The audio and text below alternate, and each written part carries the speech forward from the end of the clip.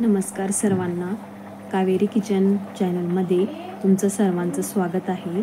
दिवाळी जवळ येत आहे, त्यामुळे सर्वांची लगबग चालूच असणार आहे. चला तर मग आज आपण बघणार आहोत शंकरपाळी. जिभेवर ठेवताच विरघळणारी खुसखुशीत अशी शंकरपाळी आपण बघणार आहोत. चला तर मग सुरुवात करूया रेसिपीला. इथे मी अर्धा किलो मैदा घेतलेला आहे, 125 ग्रॅम पिठी साखर घेतलेली आहे आणि अर्धा वाटी दूध घेतलेलं आहे, अर्धा वाटी साजूक तूप घेतलेलं आहे आणि विलायची पावडर घेतलेली आहे थोडीशी. चला तर मग सुरुवात करूया रेसिपीला. एक मोठी परात घेऊया, त्यामध्ये आपण साजूक तूप घेतलेलं आहे ते घालून घेऊयात.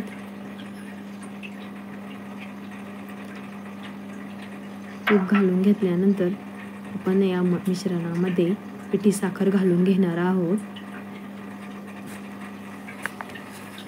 पिठी साखर घालून घेतल्यानंतर हे जे मिश्रण आहे त्या मिश्रण हाताने व्यवस्थित फेटून घ्यायचं आहे. 2 ते 3 मिनिटापर्यंत हे मिश्रण व्यवस्थित फेटून घ्यायचं आहे. बघा, फेटत असताना या मिश्रणाचा तुम्हाला कलर बदलताना दिसेल. पूर्ण कलर चेंज होईपर्यंत आणि हे मिश्रण पूर्ण एकजीव होईपर्यंत फेटायचं आहे. बघा, 2 ते 3 मिनिटांपर्यंत. 2 ते 3 मिनटं मिश्रण फेटलेलं आहे बघा आपण, आणि तुम्ही बघू शकता या मिश्रणाचा कलर चेंज झालेला दिसतोय. आता यामध्ये आपण दूध घालून घेणार आहोत.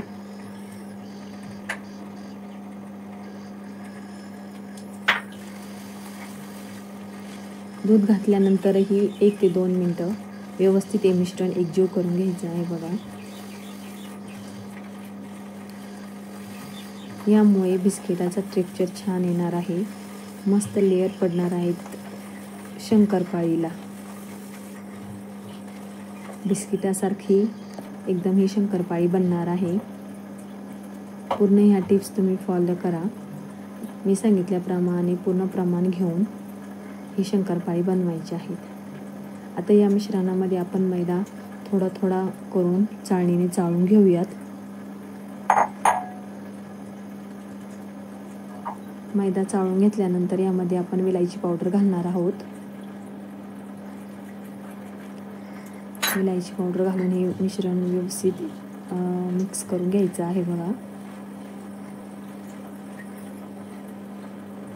व्यवस्थित ते दोन्ही मिश्रण मिक्स करून घ्यायचं आहे.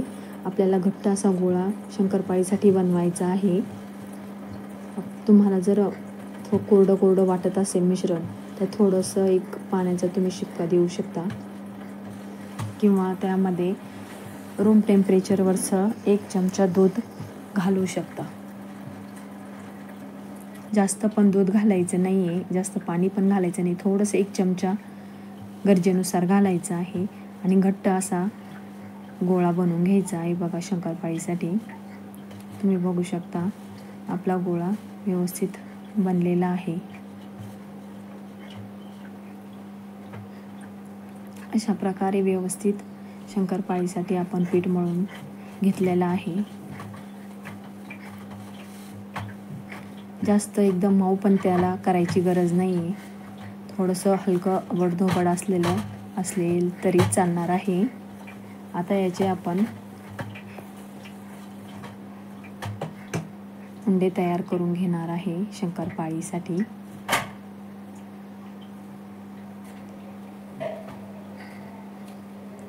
एकसारखे 4 उंडे आपण तयार करून घेतलेले आहेत बघा, आणि आता आपण याच्या लाट्या लाटून घेणार आहोत.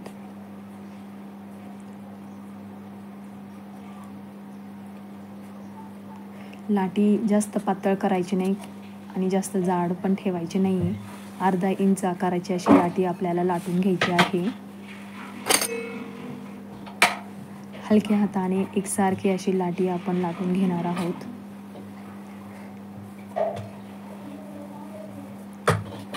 आपल्याला स्क्वेअर शेपमध्ये शंकरपाळी बनवायचे आहेत. तुमच्या आवडीप्रमाणे तुम्ही शेप देऊ शकता.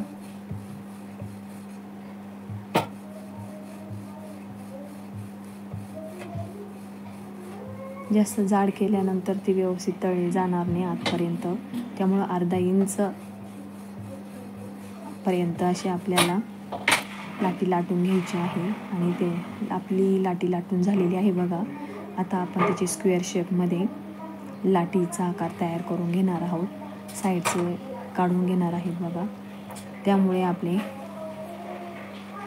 जी लाटी आहे ना, आपले जे शंकरपाळे आहे ना, ती व्यवस्थित एका शेपमध्ये येणार आहे, स्क्वेअर शेपमध्ये व्यवस्थित. त्यामुळे अशा प्रकारे तुम्ही पण ज्यावेळेस ट्राय करता त्यावेळेस अशाच प्रकारे शंकरपाळे तुम्ही पण करावे. तुम्ही पाहू शकता आपले किती छान एकसारखे स्क्वेअर शेपमध्ये शंकरपाळे आपली तयार झालेली आहे बघा. पाहू शकता. दुसरी पण आपण लाटी लाटायला घेतलेली आहे. त्याचप्रमाणे आपण त्याचा स्क्वेअर शेपमध्ये शेप तयार करून घेणार आहे. आणि व्यवस्थित अशा त्याच्या स्क्वेअर शेपमध्ये शंकरपाळी तयार करून घेणार आहे. आता आपली शंकरपाळी तळण्यासाठी तयार झालेली आहे. कढईमध्ये तेल गरम करायला ठेवलेलं आहे बघा. आपलं तेल पण गरम झालेलं आहे. त्यामध्ये आता आपण शंकरपाळी सोडणार आहोत. तेल जास्त गरमही करायचं नाही आणि जास्त कमी गरम पण ठेवायचं नाही. मध्यम असं तेल गरम करायचं आहे. त्याने शंकरपाळी व्यवस्थित आतपर्यंत तळली जाणार आहे एकसारखे रंगामध्ये. जास्त तेल गरम केलं तर वरून शंकरपाळी तळली जाऊ शकते पण आत कच्ची राहू शकते. त्यामुळे जास्त तेल गरम करायचं नाही, मध्यम असंच तेल आपल्याला ठेवायचं आहे. तेलामध्ये शंकरपाळी तळत असताना एकदम जास्त शंकरपाळी टाकायची नाही. जास्त शंकरपाळी टाकल्यानंतर तेलाचं टेम्परेचर कमी होतं. त्यामुळे शंकरपाळी तेल जास्त पिते. त्यामुळे थोडे थोडे शंकरपाळी टाकून आपल्याला तळून घ्यायची आहे बघा. आणि सारखं हलवत राहायची आहे शंकरपाळी. त्यामुळे एकसारखे सगळ्या बाजूने व्यवस्थित तळली जाणार आहे आणि एकसारखा कलर येणार आहे बघा शंकरपाळीला.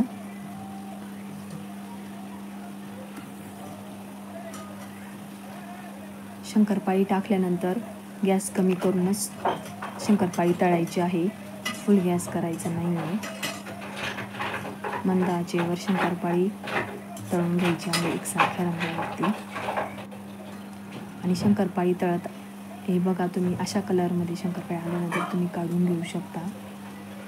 काढून घेतल्यानंतरही तिची बेकिंग प्रोसेस चालूच असते. त्यामुळे जास्त काळी होण्याची शक्यता असते. त्यामुळे थोडेसे ब्राऊन झाल्यानंतर तुम्ही तेलातून शंकरपाळी बाहेर काढू शकता. बघू शकता तुम्ही किती छान कलर आलेला आहे बघा शंकरपाळीला.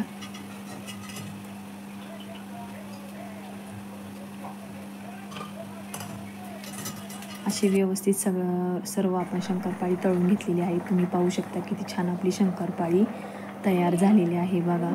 तुम्ही ही रेसिपी नक्की ट्राय करा आणि आवडल्यास कमेंटमध्ये नक्की सांगा.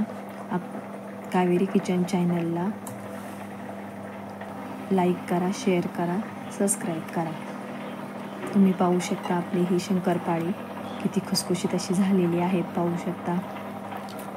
तोडल्यानंतर एकदम हलके हाताने एकदम तुटली जाते बघा. किती मऊ अशी लुसलुशीत खुसखुशीत अशी शंकरपाळी आपली तयार झालेली आहे. चला भेटूया उद्याच्या रेसिपीमध्ये. Bye bye.